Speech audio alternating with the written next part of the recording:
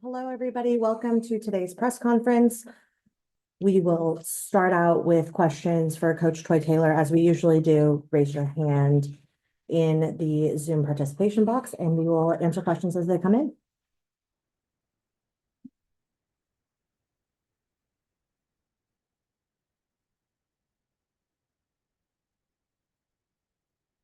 Troy, you're up first.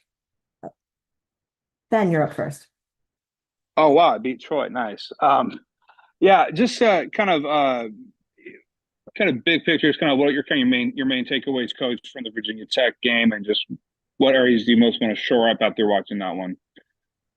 Yeah, Virginia Tech, just not enough big plays. I think our longest play was 20 yards. We actually moved the ball. I think we had maybe 1 3 and out. Other than that, we put together a series of first downs. It's just difficult to score a lot of points if you're not getting big plays within the drive. So we certainly attempted that, and it's something that we're going to need to have some of those explosive plays, whether it's in the pass game or the run game.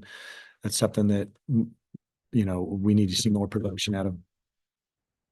Steve?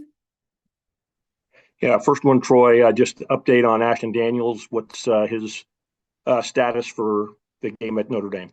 Yeah, he'll be he's ready to play. So we'll have both he and Justin are available and ready to play. So we're happy to, like I said, Ashton was available last week, but he wasn't able to practice. So he'll we start our first practice this week, and we'll see how he does, but we think he's going to be fine. Very good. I know you're something of a historian of college football. Have you ever been at Notre Dame Stadium, and what will that experience be for you beyond just the game itself? Yeah, never been there. Always wanted to visit or play there or coach there. So this will be my first experience. And for a lot of our players, I think a number of them were there 2 years ago or on recruiting trips or whatnot. But yeah, I've never been there. Obviously, historic program. I'm very aware of who they are and their history, and I've seen Rudy and all those things. So watched a lot of games on television of Notre Dame playing. So a lot of respect for what they do and their program and the history of it, and excited to be able to play there in the stadium and see all the things that Notre Dame's known for, and the spirit of Notre Dame, and all those things are very impressive. Troy? John and I are old enough to remember the C.D. Chesley Corporation running Sunday morning highlights of Notre Dame when there weren't a lot of highlights around. I don't know if you remember those C.D. Chesley Sunday morning highlights, Troy. You're a little younger than John and I, but well, yeah, I'm old enough to know when there was like 3 channels. So that makes me, pretty old. Not that old. All right, Troy Clardy. Yeah, Coach. What can you tell us about Micah Ford at this point? Yeah, so we'll see today. He's got a chance to play for sure. It's just going to be how quickly he recovers, and so lower leg injury, but he's a tough kid, and I think he's got a legitimate shot to play. But we'll see. Overall, what's your snapshot of the running back room right now? Yeah, I mean, the same as it's been. Talented, young. Obviously, having Micah available will be important. He's really come along as a player. If you getting him back, we had him most of the game. So, yeah, hopefully he's able to play, but I like our group. Cole Tabb's a guy that will eventually get back this year as well. I'm really excited about him. He brings a different element as well. So, yeah, I like our guys. And then Ryan Butler is a guy that's been dealing with a little injury that should be available as well. John?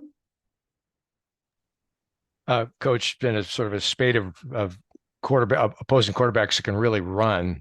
Klubnik obviously sort of deceptive that way, but Drones was big, and Riley Leonard might be the best of the 3. Talk about Leonard and his being a threat as a runner. Yeah, no, well said. He's he's a dual threat guy. They do a really good job of utilizing him in the run game, and he's a good passer. He's a true dual threat quarterback. So, and they utilize him, I think, perfectly. He's very accurate as a thrower. And he's got some good weapons behind him. Love their running back, really physical dude that is going to finish runs. There's a really good team. Obviously, whatever top 10 team or 11, I think one has them ranked 11th. They're good in all areas. I felt like they were probably the best defense that we played last year. And they got a lot of guys coming back. Al Golden's their defensive coordinator, does a tremendous job. They play a lot of man coverage. They got a lot of confidence. Their corner number 20 is as good as I've seen this year, and the other guys in the secondary are really talented as well. I know they have a few injuries, but they're Notre Dame. They have depth, so they continue to plug in guys, whether they're young, they're still talented, but really, really impressive on the defensive side of the ball. I'm amazed at how disciplined they are, how well they run to the ball, and then their overall athleticism. So, they don't give up a lot of points. We were watching goal line today, and I think they had one or two plays. So not many people have gotten in that area, and that's usually not a good sign for an offense when you don't see a lot of goal line plays. So really good football team. Ben? Yeah, how do you feel about the tight end position? It feels like you can maybe be getting a little more out of that position with Roush and those guys. Just how do you feel you guys are utilizing that group, and what can maybe be done or is there anything you guys can do to maybe get that particular unit more involved in the passing game? Yeah, so the tight ends are a position that they're a part of a lot of different aspects. So feel like there's a lot of production now in terms of catching the ball and those things. Obviously love to get the ball to the tight end, but they've been very productive for us. Sam and Benji have done a great job in really in the run game and in pass protection. So in terms of targets and all those things, obviously, there's a couple of things that play into that and how you're going to protect, who you're going to keep in, who you're going to get out, how many times you're going to get them out of game. And so those all play a factor in the overall game plan and who you're playing against, but really happy with our tight ends. I think they're one of our strengths.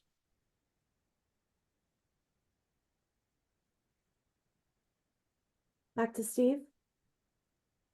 Hey, Troy, what distinguishes Notre Dame's defense?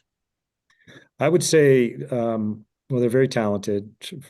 First and foremost, they're tremendously coached, very disciplined. So when you watch their eye discipline and where they're supposed to be and what they do, they make very few mistakes.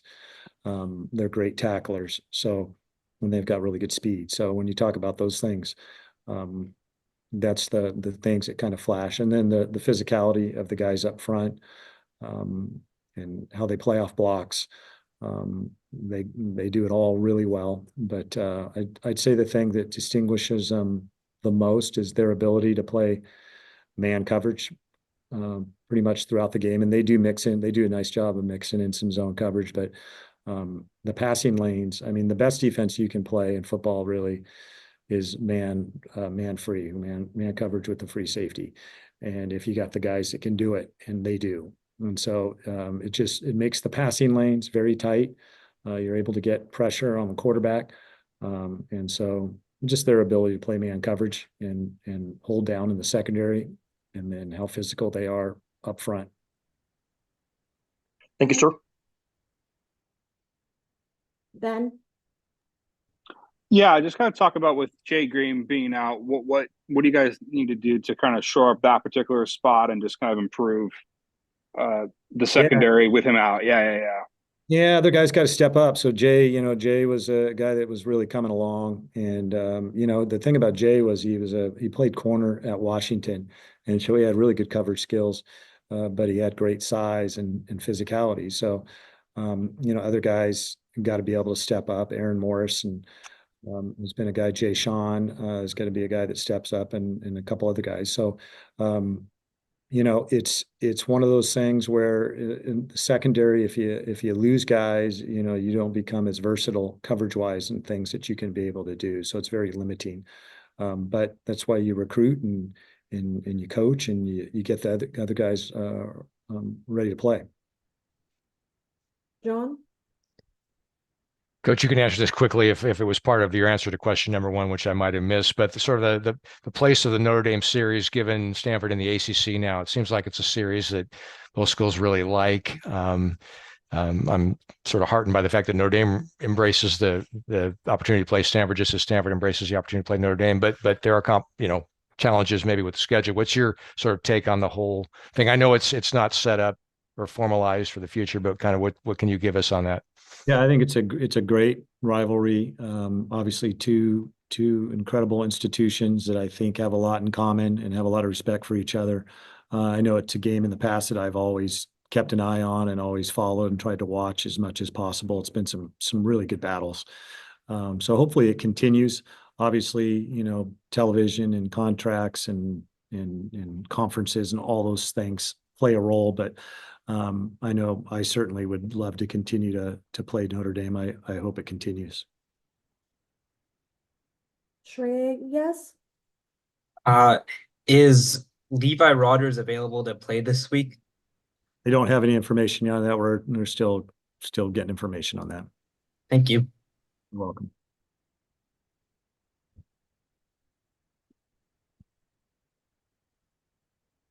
Ben? Yeah, just talk about. I kind of want to get your thoughts on Chris Davis specifically. Just kind of how do you feel he's kind of grown and developed? Seems like he's getting more confident with his cuts and all that. Yeah. Yeah, he is. He's Chris is one of those guys that loves football, the physicality of it. Everything he does is full speed. He gives you everything he has, and so he did a really good job for us. He gives us an element of physicality in the run game.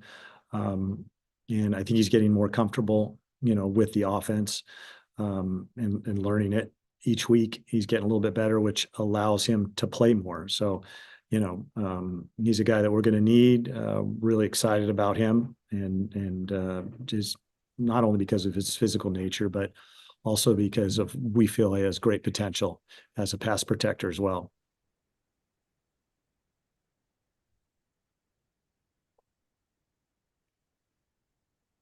Any other questions for Coach? Back to Ben. Yeah, just kind of your second year here at Stanford. Just kind of how are you feeling about now that your second year as a head coach at the P5 level? Just kind of what are the biggest kind of differences, challenges coming from the FCS level to this level now that you're kind of in year two of that? Yeah.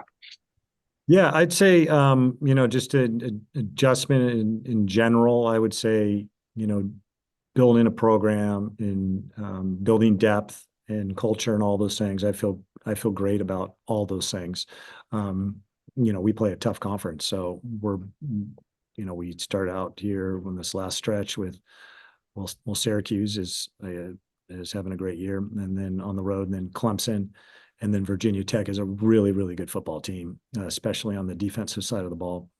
And now we play Notre Dame, and then I believe we have SMU the following week, which was one of the top teams in the country. So I think it's each week, the level of play and talent and coaching, all those things, is very impressive in this conference. I think last year was similar for us. Played a really demanding schedule, and our guys, we're better equipped. Last year we were really low number wise, 74 scholarship guys, and I lost so many guys in the transfer portal that a lot of guys got experience, kind of trial by fire, and now more depth. Now, obviously, that gets tested as the year goes on. With most teams, they experience injuries or and such. So I feel much better about our depth and our growth as a program. We're a lot better team now. We obviously want to produce wins, and it's really about just focus on each week. Obviously, this is a tremendous football team that we're playing on the road, but I feel great about our guys and what they'll bring on Saturday, and in the direction of our program. I'm very optimistic. John?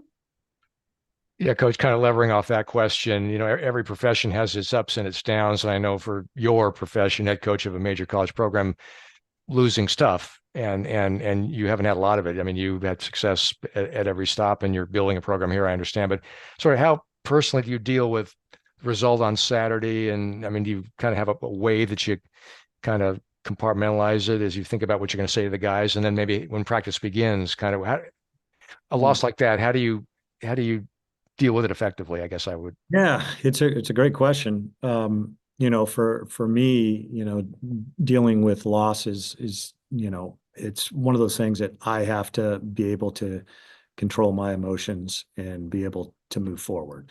So tough. It's tough losing. You put so much into it throughout the year, and then throughout the week, countless hours spent. And then when it doesn't come to fruition with the win, it's disappointing. But in the same respect, your players are really disappointed as well. And sometimes, it comes down to 3 or 4 or 5 plays. And if you don't make those plays, they kind of haunt you. But my job as the head coach is to be able to, learn, not ignore the mistakes that we made or the progress that we've made or what we need to make, and not ignoring that, deal with it, but also realize that it's a growth process, that we are getting better and we're improving and we're much closer than we were last year. So it's really, you talk about mental toughness. That's what mental toughness is being able to be the same person each day. And as a leader, what I got to do is I got to be consistent in everything I do and my mentality and my emotions and my preparation. And then that goes for our coaches. And then our players are so resilient. I think it hurts for a pretty badly for everybody for about a 24-hour period of time. And then once you get your eyes on the next opponent and start preparing, it starts to wane a little bit. And then, hopefully you get a victory the next week. Troy?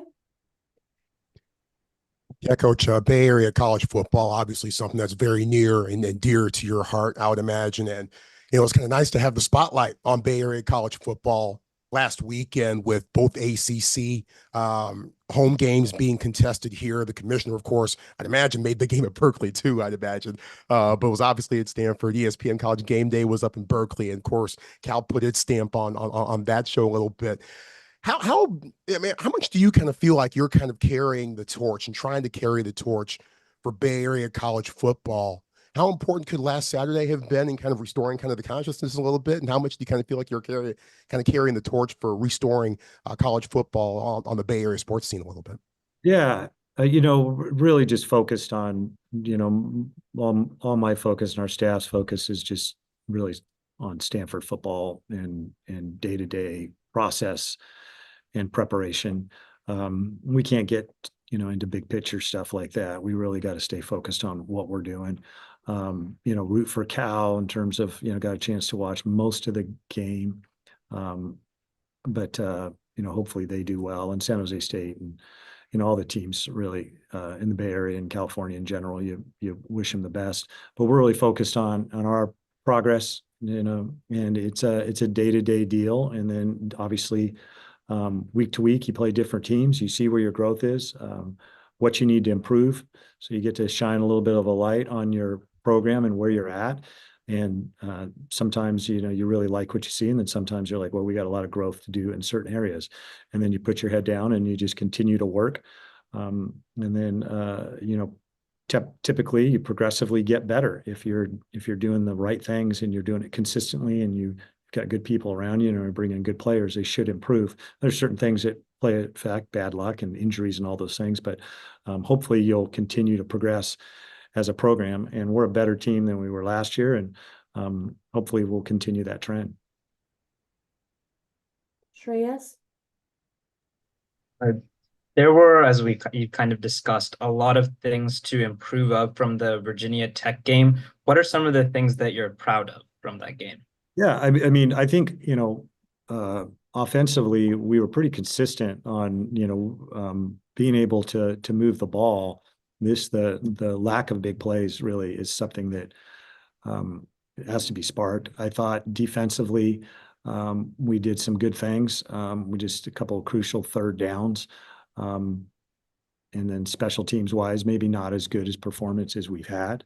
But, you know, I mean, like I told the team, when your margin for victory against some of these teams is going to be, it's going to be slight. They're very talented. They're very good. They've been doing it for a while. They've built up their program. Virginia Tech is a really good team. I mean, they almost beat Miami, and I think you'll see as the year goes on that they have a tremendous program. So, you know, you're disappointed. You want the win.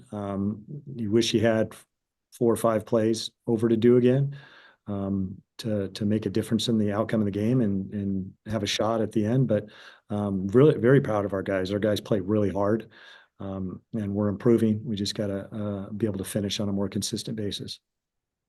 Thank you. Welcome. Ben? Yeah, I just want to get your thoughts on the quarterback position, just in terms of shortening up turnovers. What are you guys doing? How are you kind of coaching guys to make better decisions, and also just ball security? Just how do you kind of practice that during the week? Yeah, I think, you know, ball security is something we work on. We have a period of it every week where we talk about how we hold the ball, and we actually practice it, protecting it. Decision making wise, and you know, in the pocket for quarterbacks is we work our progression every single day. And then what you try to do is improve protection and getting guys open. And, you know, then it's in terms of fumble, I think we had 2 turnovers. You know, that was a disappointing one of where it happened. And, you know, he's a guy that usually does a pretty good job at taking care of the ball, but he's had 2 the last, I guess 2 games. He's had a couple fumbles. So obviously we got to do a better job of taking care of the ball. As our quarterbacks run, he's had 2 fumbles, talking about Justin. So that's something we got to improve, and we do work on it. John? Coach, I'll try next week to dial back on the chin stroking meaning of life questions, but sort of back to the Cal game and the targeting. I'm not going to ask you to comment on whether it was targeting or not. And I think we all know the play we're talking about. But again, that was a gut busting loss for Cal, and the officiating was part of it. My question to you is, what's the proper channel? I admired Coach Wilcox, the way he sort of through clenched teeth answered, look, I'm not going to comment on the officiating, but what, you know, throughout your career, I'm sure you've had games where, you know, officials' calls have been a factor. What's the proper, or at least for you personally, and maybe what's the proper channel for dealing with that? Can you open a window for us on that? Because I think a lot of us are in the dark. It's tough. I mean, we had a targeting call against us. It was a crucial one against Cal that, you know, 3 days later, the officials told us it was not targeting. So I know the feeling for sure. Yeah, it's tough, especially when on both of the calls, the one against us last year against Cal, and then Cal's call, that was something where they were able to review and look at it. So, you know, you would hope they get it right if they're able to rewind it and do all those things. So, you know, I feel for any team, honestly, that makes a big impact. Obviously, that was a crucial part of the game. And I will say this, Cal played really well. I didn't get to see the last quarter. I turned it off. I needed to get sleep. It was 38-18, and they looked pretty dominating in the game. Now, I didn't see the last quarter, but they got you know, I think Coach Wilcox said it's a humbling game, and it is. It's, you know, sometimes you play really well, and then one play doesn't go your way. You certainly hope it isn't an officiating call, but it's heartbreaking nonetheless, and you got to move on, and they will. And, you know, it's, if you're going to compete in this kind of arena, as you mentioned earlier, the highs are high and the lows are low, and you just try to learn to stay somewhere in the middle and not get too fired up on things and get too down that you realize that you got to move on and play another game. So yeah, it was fun to watch Cal play for those 3 quarters, and unfortunate the way it ended. You don't like to see it end where officiating calls a big call in the game. Is it, as your personal opinion, is it useful to contract the conference office? Do you try not to do that, but sometimes you think it's warranted so that officials could be educated for the future? I mean, kind of what's your personal view on that back channel stuff? What you do is you just put in the plays. We do that every week. You know, there's, I mean, you remember the Syracuse game, the second touchdown that Ashton through to mic up the sidelines. That was not a hold. We didn't think it was a hold. We sent it in, and they're good about it. You know, they're like, we missed it. You know, what do you do? It's 7 points. It was a big play.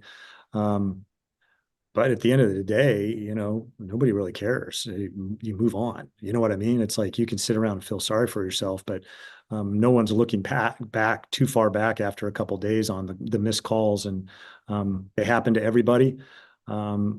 It's disappointing. We do send them in. You know, they're right most of the time. I'll say that the officials do a good job. It's just in these games that are so close.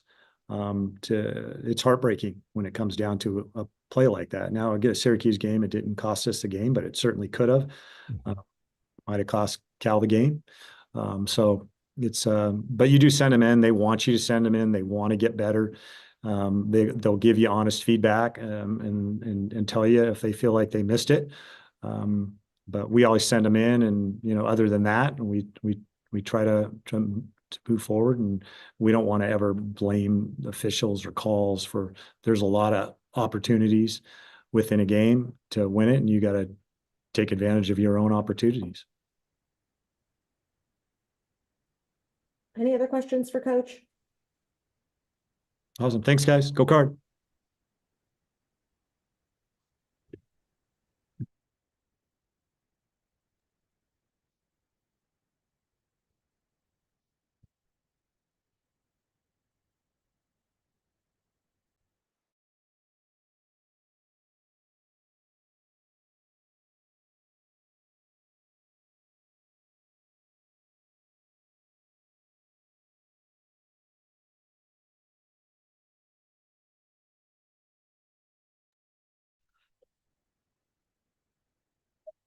Back with Aaron Morris. We'll take questions the exact same way we took them for Coach Taylor.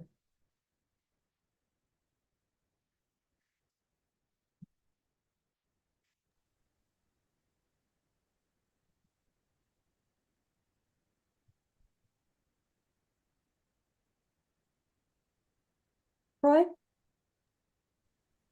Aaron, good to see you. Just kind of take us through a little bit more of what's being put on your plate now that you're seeing more snaps on the defensive side of things. We know you've been terrific special teams wise, but what's becoming put more on your plate now that you're assuming more of a defensive role here? Well, I'd probably say like definitely something I didn't expect, because I was playing nickel, so I was thinking, hey, I'm probably just gonna be backup nickel for now. When Jagan went down, when he went down, I thought I was going in at nickel, but he put me a corner, which was unexpected. But at time, I was ready to go for sure. So, but it was definitely a little heavy, because my first game playing was against Clemson, which was some good receivers. So it was like probably my biggest thing was not to let anything go deep, because you don't want to do that. So for me, I guess biggest thing I'd probably say, just like make sure I have my attention to detail, and make sure I know what I'm doing when I get my play call. Make sure I get the call, and make sure we're communicating loud. So for me, that's one thing I have to make sure is checked. John? Give us your view of the Notre Dame offense now that you've begun preparation for this week's game. I'll say they have a really good group of receivers. Again, it's probably going to be against the same talent-wise as Clemson. They like their shots. Quarterback is good, and they go deep, and they're aggressive, great blockers. So it's definitely going to be a fight on the corner side playing against them. So I'm excited for that. John? One of the cool things about playing for Stanford in 2024 is you get to go to some of these big stadiums and these challenges that you mentioned. Clemson, Syracuse, playing in the Dome. You're going to Notre Dame. What does that mean to you? Did you watch them growing up? What playing in Notre Dame Stadium mean? So I came from Jamaica to the US in 2018. I had no idea what football was, so I've never been to Notre Dame, so I'm excited to go there for my first time. So I hear a lot of great things about Notre Dame. I know I have one of my friends, Tai Chan. He's a lineman at Notre Dame, so I'm probably gonna get to see him. So I'm excited for that. Ben? Yeah, just kind of how are you kind of feeling about you're getting a lot more you're getting a lot of snaps this year and having to kind of fill in on and take on a bigger role, especially with Jay Green being out. Just kind of what's that been like for you? I would say it's been great at first. I guess I had to just get my confidence up. Now I feel like I wasn't as confident as confident as I was. So as the more reps I get, the more my confidence goes up. So I feel like all I gotta do is just make sure I watch a lot of film, get a feel for each guys I'm going up against each week. And if my confidence is up, I'll for sure play my best and fly around and make plays. Troy? Hey, or an overall grand scheme of things, what has gone right for the defense? What's the defense done best? And what's the biggest point of improvement that you guys can specifically focus and hopefully apply to the Irish this week? Well, obviously the result we got against Virginia Tech is not the result we wanted. I feel like as coach said, we didn't do our best to stop the run, and that's not us. Like when it comes to stopping the run, we have very um a lot of tough guys up front in D linemen and linebackers. So stopping the run should not be a problem for us. So this week, I guess we have to first off, we start off with today. We have to have a great practice. Great practice today. Make sure we're flying around to the ball, making sure we're running to the ball always, and making sure we know what we're doing, filling our gaps to make sure we get off blocks and all that stuff to make the tackle and stop the run.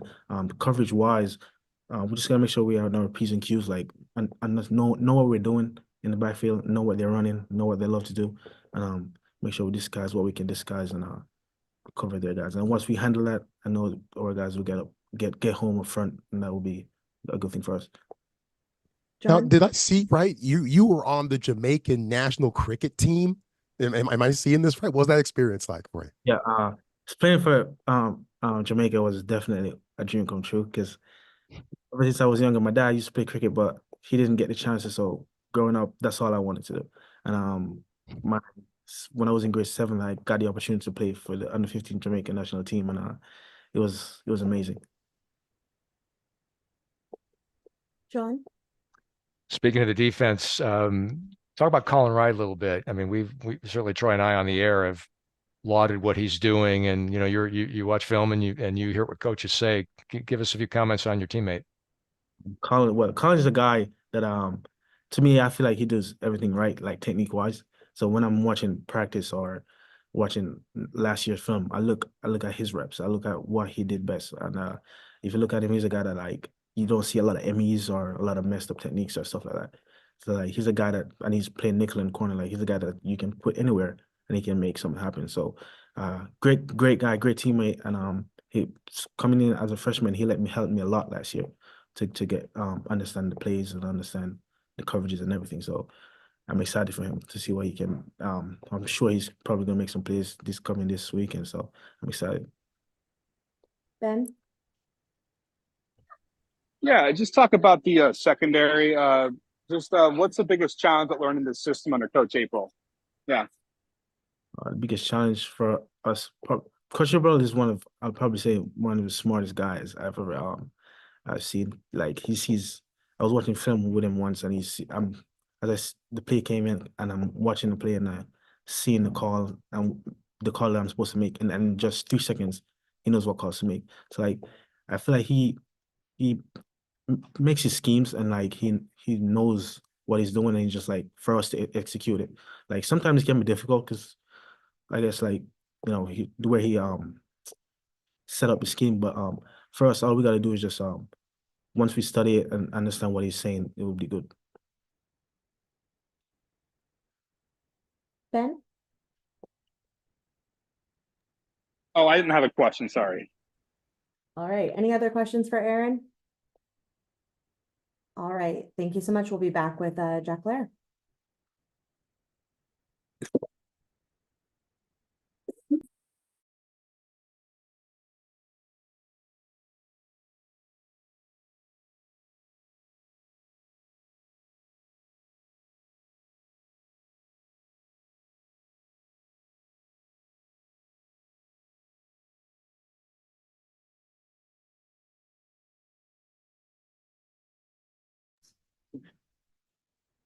All right, we are back with Jack Lair. We will take questions the same way we did for Aaron and Coach Taylor.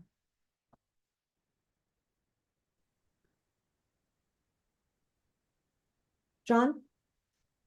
Jack, for you personally, does Notre Dame mean something different, either based on background or high school or people you know? How are they in your universe of opponents? How do you feel game week when you know you're going to play them that Saturday? Yeah, I mean, I know Notre Dame is a terrific program, a lot of history, but I mean, Coach V always says like it's a nameless, faceless opponent. So just going out there every week and just viewing guys as an opponent, no more than that. It's just watching the film, practicing hard, and just taking it one day at a time. So nothing too special. Ben? Yeah, I just want to get your thoughts on the offensive line rotation. What's it been like kind of being a part of it's kind of set now, but what's that kind of been like? And talking about the asset of, competition and just how do you feel that process has gone in terms of figuring out the rotation for the offensive line? What's that been like? Yeah, I mean, I think a lot of healthy competition is great at every single position group. I think it makes everybody around you a better player.